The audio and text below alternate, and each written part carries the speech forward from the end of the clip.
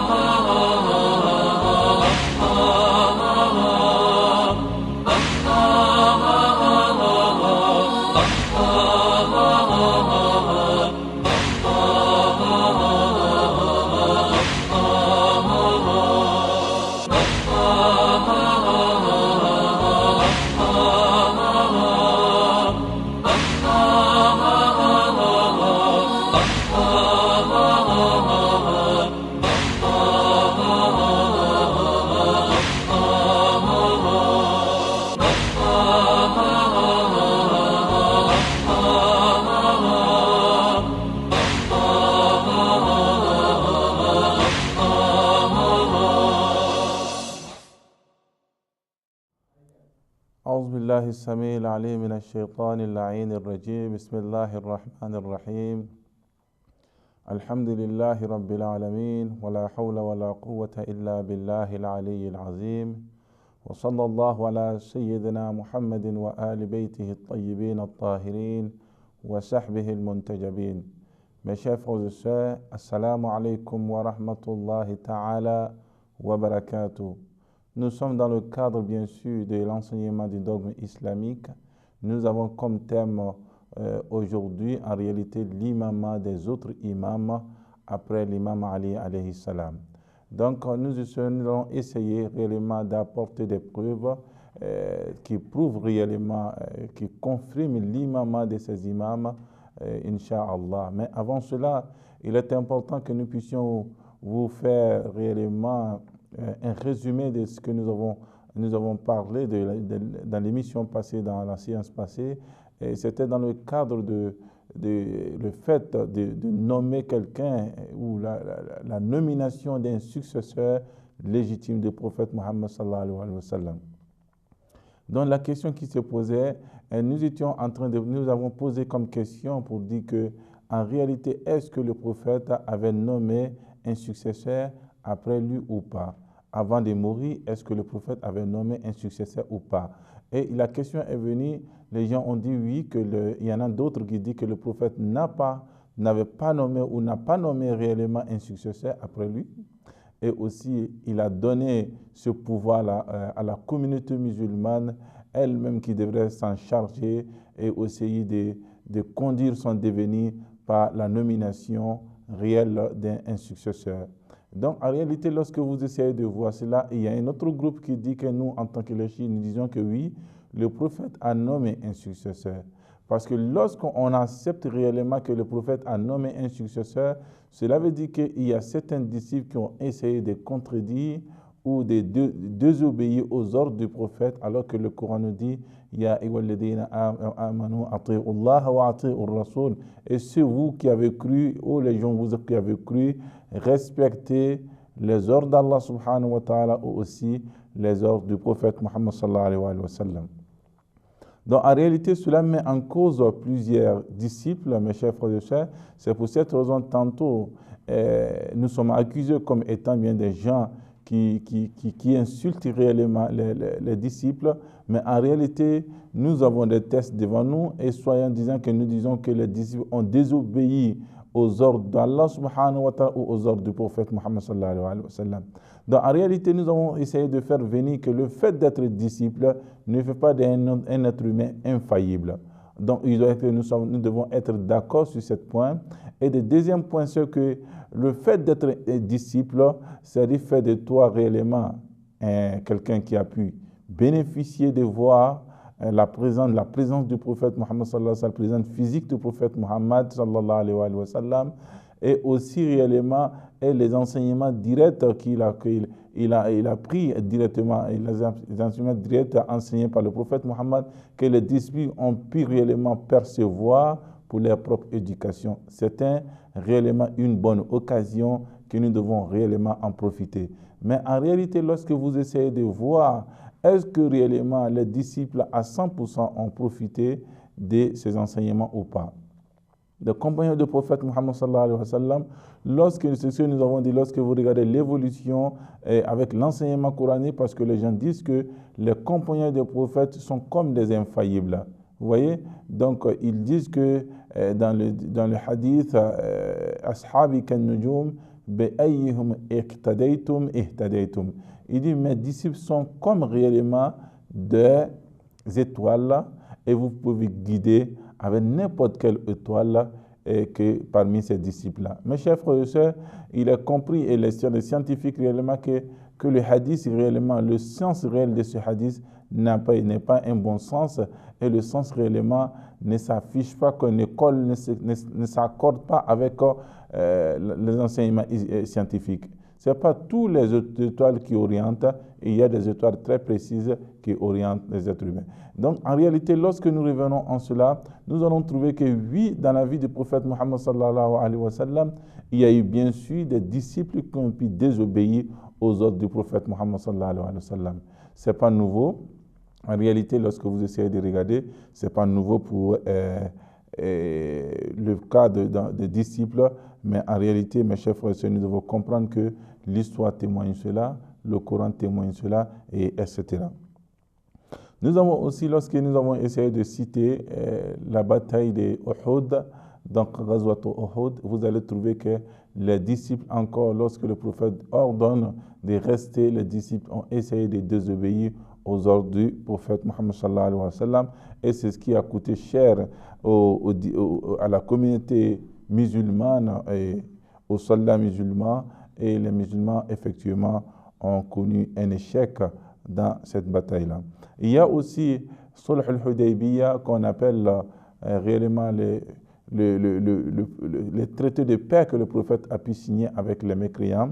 Et il était venu pour le pèlerinage à la Mecque, et bien sûr, le petit pèlerinage, il était venu avec ses disciples, à venir effectuer le petit pèlerinage, mais les Mecquois ont refusé à ce qu'il rentre réellement à la Mecque, qu'il rentre réellement pour effectuer les rites du pèlerinage. Il a demandé à ses disciples de se coiffer, de se raser, et aussi effectivement d'immoler les bêtes, mais les disciples là ont refusé, jusqu'à le prophète s'est mis en colère, et le prophète lui-même est venu immoler et se raser devant eux-mêmes, et cela s'est passé.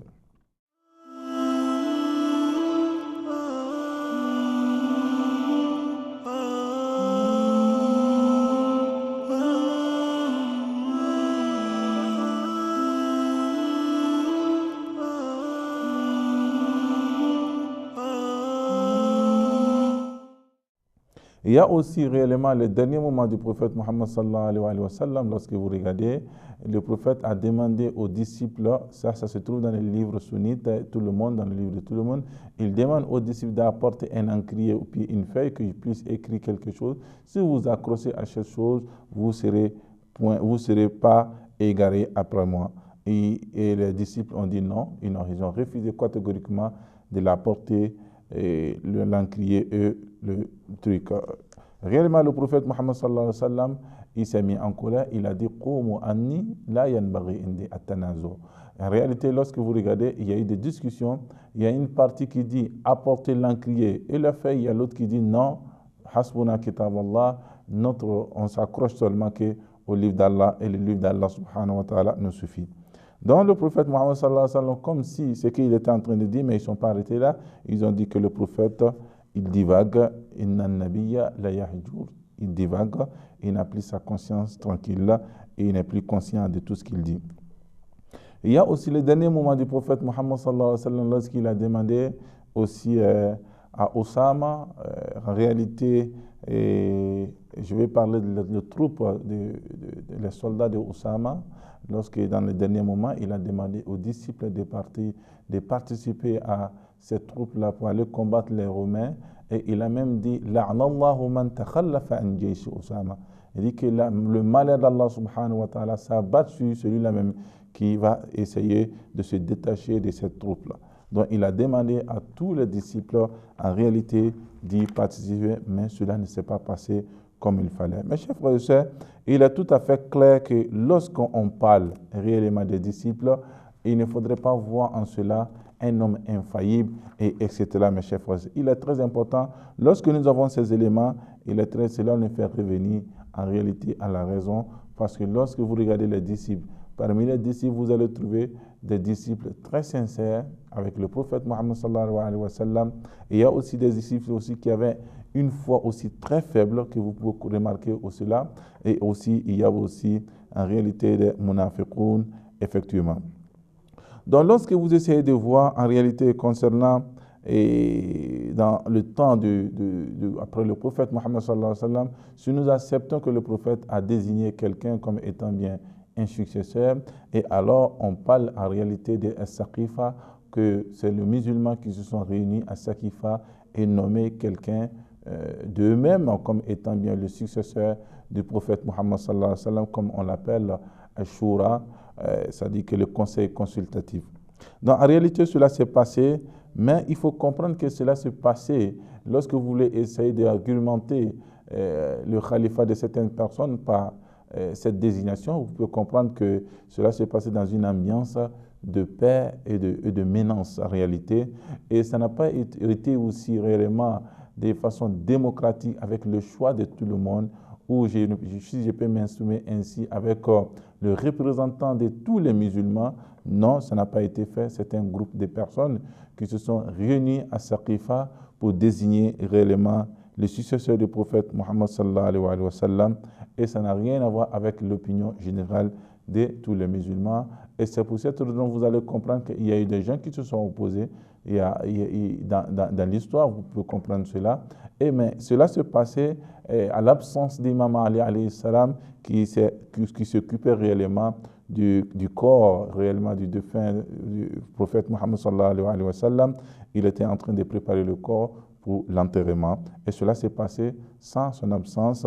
Et en réalité, sans sa présence, ça a été fait à son absence. Donc, vous pouvez comprendre que la consultation sur les affaires des musulmans qui s'est fait sans Imam Ali, mes chers frères et sœurs, ça n'a aucun sens en réalité. On parle de l'Ijma et c'est l'Assemblée qui a décidé. L'Assemblée, ça, Imam Ali et les autres personnes, je crois bien que ça n'a pas de sens, parce que Imam Ali faisant partie la première personne qui a embrassé la religion musulmane. Je vais parler de leur propre logique, la logique ou l'agrémentation qu'ils ont pu avancer, si on veut parler de cela.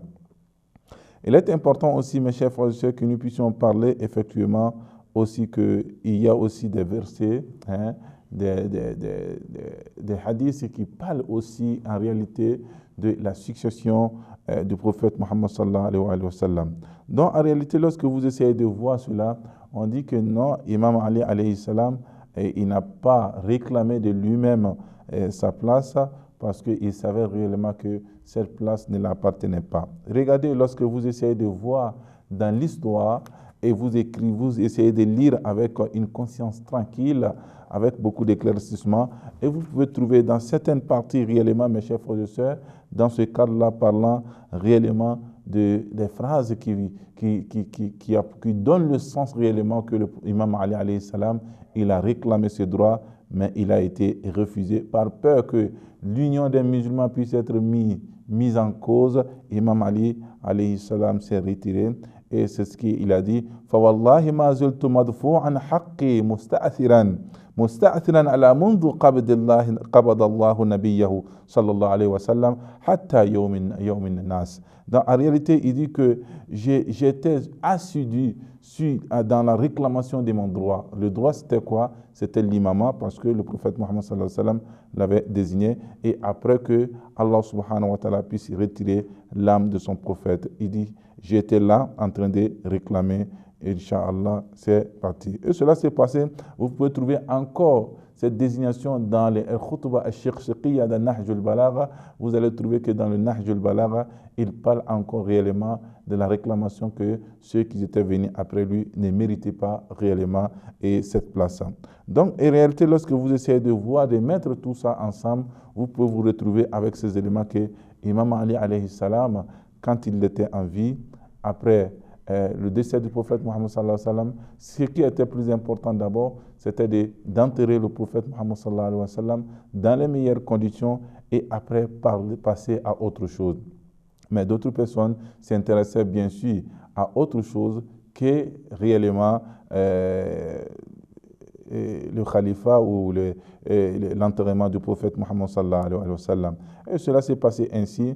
Donc, mes chers frères et sœurs, il faut comprendre réellement que le prophète Mohammed sallallahu alayhi wa sallam, il est parti de ce monde en désignant quelqu'un comme successeur. Il est important, lorsque vous avez la succession qui est là, donc qui a été désigné successeur, nous avons bel et bien parlé réellement de ça et qui a été désigné réellement comme étant bien successeur.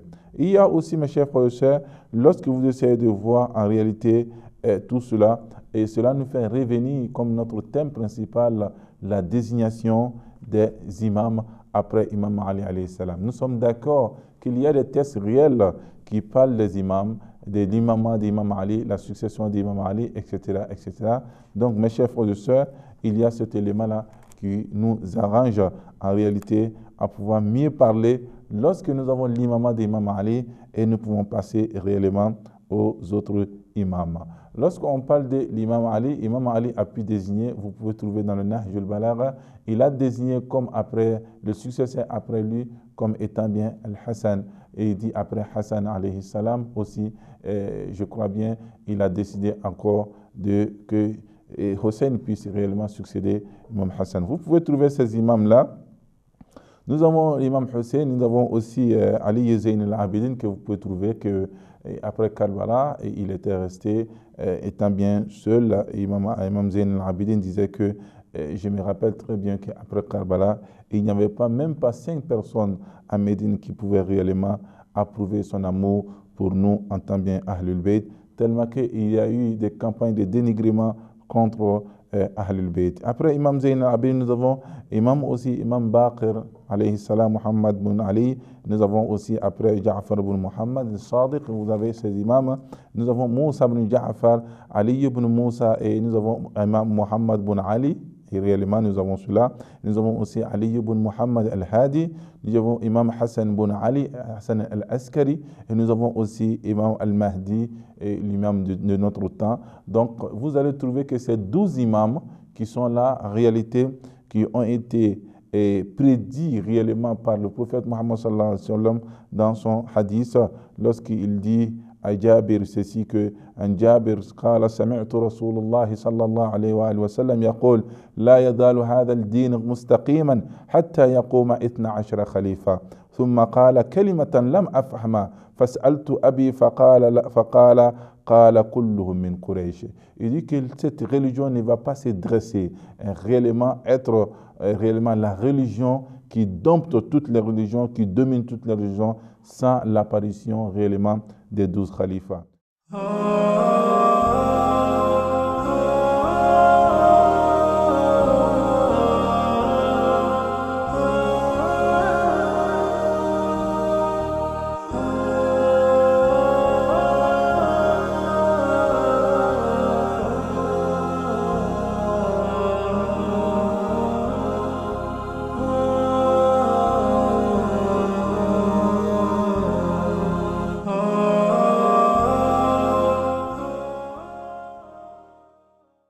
Il a dit quelque chose encore que je n'ai même pas pu dire. Jabir qui le dit, je n'ai pas pu m'y attendre. Il dit que l'âme afhama.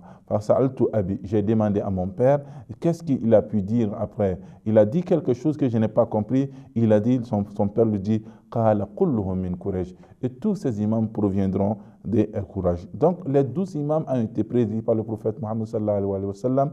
Et aujourd'hui, les 12 imams, effectivement, lorsque vous essayez de voir, ce n'est rien d'autre que les 12 imams chiites, imamites que nous avons cités tout de suite pour vous. Donc, il est important, mes chers frères et sœurs, que nous puissions voir l'imam, celui qui doit venir après le prophète. Donc, cet imam de tous les imams, ce sont les fonctions légitimes de la part du prophète Mohammed sallallahu alayhi wa sallam, soit directement ou indirectement. On parle de directement, soit Imam Ali alayhi salam, qui a dit directement, et aussi après Imam Hassan Hussein. Et il a même dit lui-même dans le hadith, Imam al-Hassan ou al-Hussein, imaman qama aw qa'ada. Il dit Hassan ou Hussein sont des imams, qu'ils réclament cet imam, cette fonction, et qu'ils ne réclament pas, resteront réellement des imams. Il a aussi dit encore des hadiths concernant l'imam de Imam Ali. Il dit Imam Qul al-Muttaqin.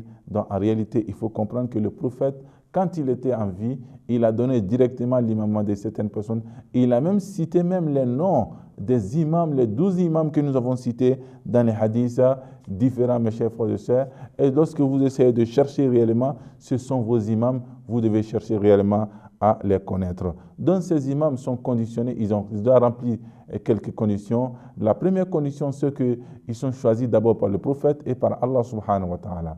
Et la deuxième condition, c'est qu'ils sont infaillibles dans tout ce qu'ils font. Et c'est ce qui fait, il y a cette différence entre les imams et les autres, mes chers frères et sœurs. Si l'imam n'est pas infaillible, donc en réalité, il va essayer de mettre en cause l'islam et la religion vraie du prophète Muhammad sallallahu alayhi wa sallam. Donc, mes chers frères et sœurs, c'est tout à fait clair. Lorsqu'on parle de l'imama, il faut comprendre que l'imama a été indiqué par le Coran et l'imama aussi a été indiqué par le prophète Muhammad sallallahu alayhi wa sallam. Il a dit les 12 imams, il y en a qui disent oui, ils acceptent le hadith des 12 imams, mais en réalité, lorsque tu veux rentrer en détail avec eux, ils disent que non, il n'a pas donné les noms. Si, le prophète Muhammad sallallahu alayhi wa sallam, il a donné les noms des 3, et après, il a aussi donné réellement des autres personnes. Donc, en réalité, l'imam, après le prophète Muhammad sallallahu alayhi wa sallam, ce n'est rien d'autre que l'imam Ali et les 12 imams qui ont été désignés aussi l'un après l'autre de façon successive jusqu'à imam de temps, imam al-Mahdi, ajjalallahu ta'ala, farajahu sharif. Donc, mes chers frères et sœurs, et c'est ce qui était notre résumé réellement à vous faire concernant l'imama. Donc, lorsque vous avez ces éléments, ça doit être clair pour vous, mes chers frères et sœurs, de chercher à comprendre qui est mon imam, l'imam de mon temps. Et c'est ce que nous avons cité comme hadith. Man lam ya'rifi imam zamani mata maytatan jahiliya. Celui qui n'arrive pas à connaître l'imam de son temps, il meurt réellement païen, mécréant et associateur. Donc en réalité, mes chers frères et sœurs, lorsque vous avez tous ces éléments, cela nous incombe maintenant de chercher à mieux comprendre l'imam de notre temps et les 11 imams qui l'ont précédé dans cette tâche-là. Donc en réalité, mon cher frère et sœur, Allah subhanahu wa ta'ala a été clair dans le Saint-Coran et le prophète aussi étant bien un bon messager pour nous, un bon père pour nous, il a été clair de notre devenir. Il nous a désigné tout, il nous a offert tout pour qu'on puisse réellement célébrer cette foi dans les meilleures conditions, mes chers frères et sœurs. Donc en réalité, c'est l'imama en tout coup des autres imams qui vient après nous, qui a été désigné par le prophète directement ou indirectement, mes chers frères et sœurs. Donc, vous pouvez comprendre que lorsque le prophète nous dit « Inni tarikum fiikum thiqlayn, kitab Allah wa itrat ahl bayti » je vous laisse des choses lourdes, le livre de Dieu et aussi ma sainte famille. Et cette famille, ce n'est rien d'autre d'abord, Imam Ali, et après Zahra, et Hassan Hussein. Et tout ce que ceux-là vont désigner après le prophète Muhammad sallallahu alayhi wa sallam, après avoir été désigné par le prophète lui-même. Donc, mes chers frères et sœurs, c'est tout à fait clair qu'on ne peut pas aussi contester ce qui provient des imams. Et lorsque je parle de l'imam Ali, alayhi salam, je parle de l'imam Hassan, alayhi salam, je parle de l'imam Hussein, alayhi salam. Donc, mes chers frères et sœurs, c'est tout à fait clair que nous puissions réellement vous parler de cet élément-là. Donc, il est important, mes chers frères et sœurs, et que je puisse réellement aussi vous indiquer sur ces hadiths du prophète Muhammad sallallahu alayhi wa sallam lorsqu'il dit « Qala Rasulullah sallallahu alayhi wa sallam Aliyun wa dhurriyatuhu yakhtamuna al-awsiya ila yawm al-qiyamah » Il dit que Ali et ses descendants, ce sont eux qui vont parachever la succession après le prophète Muhammad et tous les prophètes après lui. Et vous allez trouver encore Inna khulafai wa awsa'i wa hujjajullah ala al-khalq ba'di 12. Il dit que mes successeurs et après moi, sont réellement que 12 personnes. Awwaluhum Ali, la première de ces 12 est Ali, wa akhiruhum wildi al-Mahdi. Il dit que le dernier est mon fils, est mon descendant qui provient de moi, al-Mahdi. Donc c'est tout à fait clair. Le premier a été dit par le prophète Mohammed sallallahu alayhi wa sallam. Vous pouvez trouver ce hadith, il y en a bien, al-Mawadda, c'est un livre sunnite que vous pouvez trouver ce hadith-là. Il dit le premier est Imam Ali alayhi salam et le dernier est Imam Mahdi. Donc nous avons connu Imam Ali, nous avons connu Imam Hassan, Imam Hussein, et après qu'est-ce qu'il faut chercher à savoir? Qui sont ceux-là qui ont désigné après eux comme étant bien réellement, mes chers frères et sœurs, comme des successeurs légitimes pour pouvoir réellement apporter ou éclaircir la religion de Dieu à la communauté musulmane, mes chers frères et sœurs. Sur ce, nous sommes unanimes que Allah subhanahu wa ta'ala, il a désigné ces 12 imams pour nous et nous devons essayer de se plier aux ordres de ces imams-là. Ce n'est rien d'autre que les imams que, mes chers frères et sœurs, tantôt que je vous ai cité les noms. Et Inch'Allah, que Dieu puisse nous faciliter réellement à respecter les prescriptions et les ordres de ces imams, parce que respecter les prescriptions de ces ordres de ces imams, c'est respecter les ordres du prophète, et celui qui respecte les ordres du prophète respecte les ordres d'Allah subhanahu wa ta'ala. Sur ce, mes chers frères et sœurs, je vous dis assalamu alaikum wa rahmatullahi ta'ala wa barakatuh. Ah, ah, ah.